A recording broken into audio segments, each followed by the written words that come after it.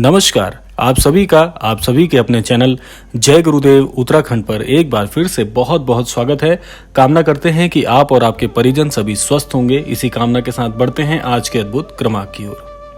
आज आप सभी के लिए एक बहुत ही अद्भुत वृतांत लेकर आए हैं जो कि श्री महाराज जी से संबंधित है और यह वृतांत निश्चित तौर पर आपके लिए एक उपाय स्वरूप भी होने वाला है। इसको यदि आप उपाय स्वरूप अपने जीवन में सम्मिलित करते हैं, निश्चित तौर पर आपकी सफलता के सारे मार्ग महाराज जी की कृपा से अग्रसर हो जाएंगे। तो आइए बिना समय व्यर्थ किए लेकर चलते हैं आपको आज के अद्भुत विशेषांक की ओर। यह वृतांत है नैनीताल जिले में भवाली के पास महाराज जी के भूमियाधार आश्रम का। भूमियाधार में बाबा का एक छोटा सा आश्रम है जिसके चारों ओर अधिकांश जिसमें बहुत सम्मिलित लोग रहते हैं। तो होता क्या है कि आप तो जानते ही हैं, मनुष्य के मन की प्रवृत्ति हमेशा अलग अलग होती है, उसके विचार अलग होते हैं।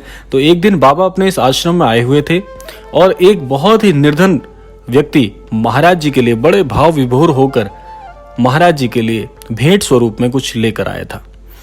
अब वह व्यक्ति क्या लेकर आया था कि एक साफ गिलास में बड़े प्रेम और श्रद्धा से बाबा जी के लिए गर्म दूध का एक गिलास लेकर आया हुआ था, किंतु उसने जिस कपड़े से दूध का बर्तन ढका हुआ था वह बहुत ही मैला हो रखा था। देखिए, होता ही है कि जैसे आप जानते होंगे कि कई बार ऐसा होता है कि स्थिति अनुरूप जो हम चाहते हैं, जो हम सोचते हैं, वैसा हमें प्राप्त नहीं होता। तो ऐसा ही कुछ वह दृष्टांत था जिसमें वह भक्त बड़े ही भाव विभोर होकर प्रेम से, श्रद्धा से महाराज जी के लिए वह दूध का गिलास लेकर खड़ा है, अपनी प्रतीक्षा कर रहा है। और जो दृष्टांत है उसमें जिस कपड़े का इस्तेमाल किया गया है वह ऐसी दशा में नहीं है कि यदि किसी की नजरों में आ जाए तो वह दूध का गिलास लेने से इनकार कर सकता है। तो देखिए दृष्टांत कैसा बना हुआ है।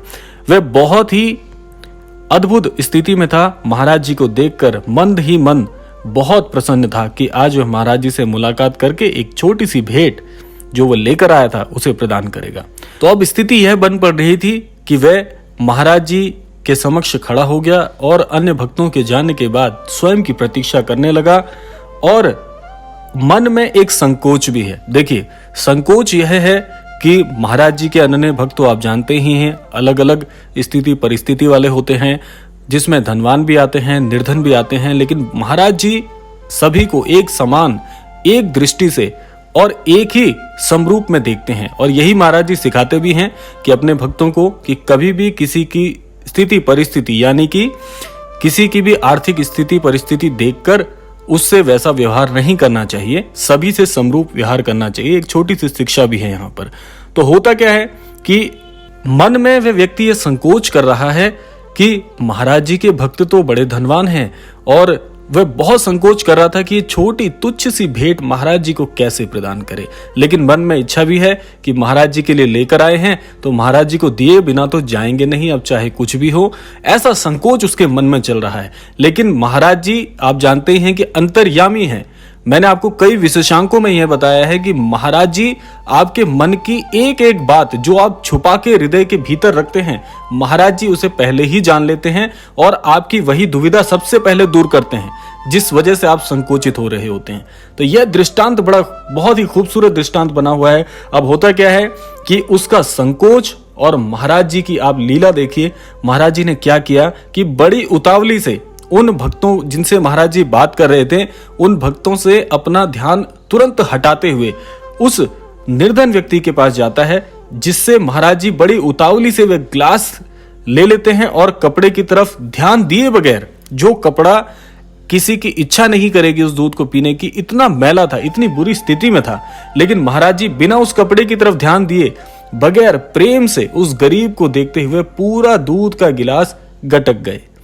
बाबा जी की नजर उसकी गरीबी पे नहीं, उसकी भावना में थी। अब इस कथा को आप ये समझिए कि देखिए महाराज जी कितने अद्भुत हैं। अब यहाँ पर महाराज जी का उदाहरण भी है और साथ साथ हमारे परम पिता परमेश्वर का भी मैं एक उदाहरण यहाँ पर प्रेषित करना चाहूंगा कि ऐसे ही हैं हमारे भोले बाबा जी, ऐसे ही हैं हमारे परमेश्वर, जो आपकी स्थिति परिस्थिति को देखे बिना आपके प्रेम से, जो अगाध प्रेम आपके हृदय से निकलकर महाराज जी के प्रति उमड़ता है, उस प्रेम से महाराज जी भाव विभोर होकर आपसे प्रेम करते हैं। तो इसीलिए कहने का आशय यह है कि यही उपाय मैं आपको बताना चाहूंगा। जो उपाय की बात है वो यही है कि केवल ये उपाय आपने करना है कि भले ही आपके पास कुछ ना हो, आप बहुत ही हीन दीन स्थिति में, वैसे तो ईश्वर के समक्ष हर मनुष्य दीनहीन स्थिति में ही होता है, तो मैं कहना यही चाहूंगा चाहे आपकी कैसी भी स्थिति परिस्थिति है, लेकिन जो श्रद्धा, जो प्रेम और जो भाव महाराज जी के लिए आप हृदय से लेकर आते हैं, महाराज जी केवल और केवल उस भाव के भूखे हैं।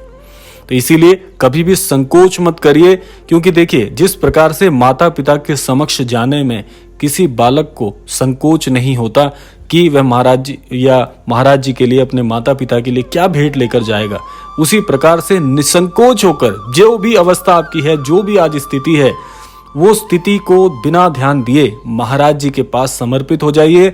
महाराज जी इतने दयालु हैं कि आपके जो कोष हैं, जिनसे आप वंचित रह गए हैं किसी न किसी कारण, चाहे वो बुद्धि के कोष हों, धन के कोष हों, विचारों के कोष हों, या कुछ भी जीवन में जो महत्व रखता है आपके लिए, उसके कोष यदि खाली हैं, महाराज जी के सानिध्य में आते ही महाराज जी इतने दयालु हैं कि सबसे पहले आपकी वही दुविधा, वही परेशानी, वही अटकलें दूर करेंगे जिससे आप वंचित रह गए हैं।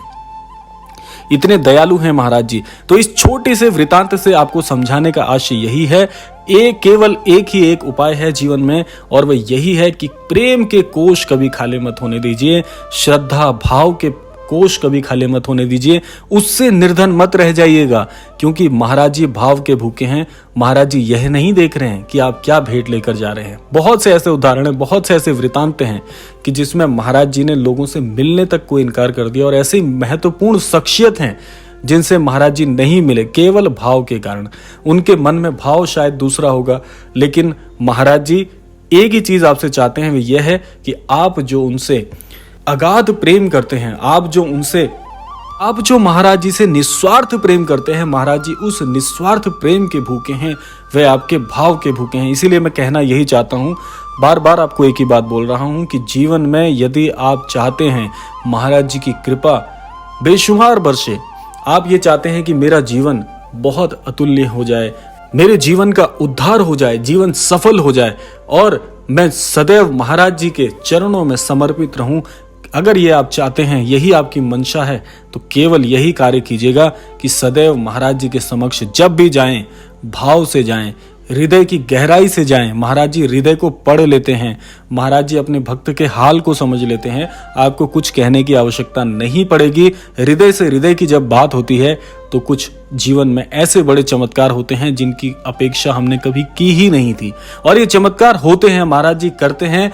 व्यक्तिगत अनुभवों से मैं आपको बता रहा हूँ, अपने जीवन के व्यक्तिगत अनुभव से बता रहा हूँ। जब मैं महाराज जी के सानिध्य में नहीं था तो जीवन ऐसा था जैसे जीवन में ईश्वर का प्रेम समाप्त हो गया हो, बेकल जीवन था, जीवन में कोई रस नहीं था। लेकिन जब से महाराज जी का सानिध्य प्राप्त हुआ है, महाराज जी क्षण क्षण मेरे विचारों में रहते हैं, महाराज जी क्षण क्षण मुझे आशीर्वाद प्रदान करते हैं, महाराज जी सदैव मुझे प्रेरित करते हैं कि अपने जीवन में सदैव सत्य के साथ आगे बढ़ें। जीवन में अगर आप सफल होना चाहते हैं तो सदैव प्रेम के साथ आगे बढ़ें, ये सारा जग तुम्हारा हो जाएगा। तो यह शिक्षा महाराज जी प्रदान करते हैं। तो इसीलिए यह था आज का विशेषांक। ये छोटा सा जो वृतांत मैंने आपको बताया, ये वह सच्ची घटना है जो भाव पर पूर्ण रूप से आधारित है।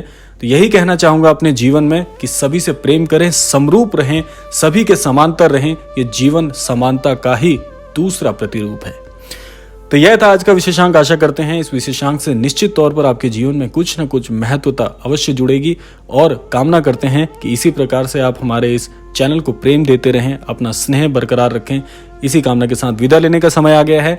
विदा लेने से पूर्व समय है प्रार्थना का।